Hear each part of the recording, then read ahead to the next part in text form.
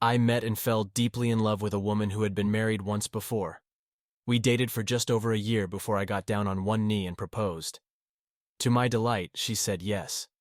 We moved in together, eager to start our lives as husband and wife, dreaming of a bright future. At first, everything seemed perfect. We were so happy and in love. But after about a year of marriage, I started noticing small, strange things that gave me pause. Following my morning shave, I would sometimes find my face unusually irritated, as if someone else had used my razor. When I asked my wife about it, she denied touching it, leaving me puzzled. Then I observed our grocery bills slowly but steadily increasing. Again, my wife brushed it off when I inquired, attributing it to the rising cost of food. 6 more months went by before the truth came to light.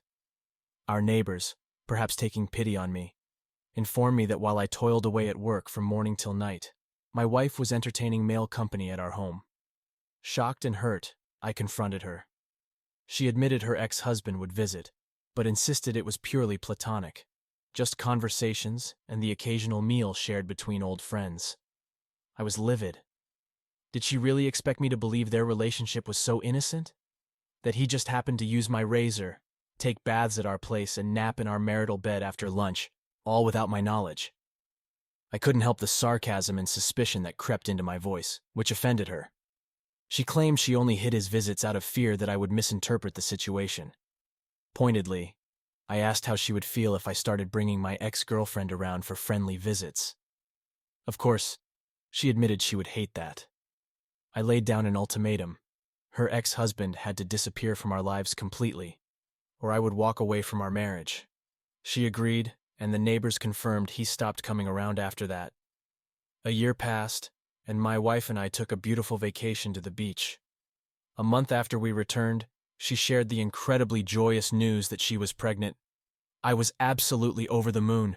We had been trying to conceive for some time with no luck. My long-held wish to become a father was finally coming true. Ultrasound scans revealed we would be having a son, just as I had always hoped. The pregnancy was challenging at times, but we weathered it together. I doted on my wife, who took leave from her job. We immersed ourselves in parenting books and videos, eagerly preparing for our new roles as mom and dad. We decided to wait until meeting our son in person to choose his name, wanting it to resonate deeply in both our hearts the moment we laid eyes on him. When the big day finally arrived, I was bursting with happiness, pride, and love as I brought my new little family home from the hospital. But as the weeks and months went by, a worrying observation began to gnaw at me. The baby didn't resemble me much at all. At first, I rationalized it as typical of newborns, assuming he would grow into my features later on. By his first birthday, though, my doubts had crystallized into a heavy, sinking feeling. Tentatively, I brought up the subject with my wife. She reacted with deep hurt and fiery anger, giving me the cold shoulder for weeks afterwards. Undeterred, I tried broaching the delicate topic again, more insistently this time. An explosive argument ensued, followed by my wife dissolving into hysterical sobs and accusations. How could I mock her fidelity and love for me this way? Did I have no faith in her at all? Another half a year passed, and the boy looked nothing like me whatsoever now.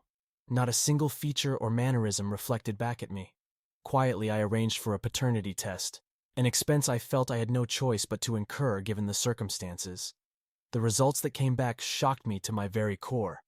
There was a 0% chance I was the biological father of the little boy I had been raising as my own. Confronted with the irrefutable black and white proof, my wife silently packed up her belongings, then called her ex-husband. He couldn't or wouldn't take her in, being married to someone else now himself.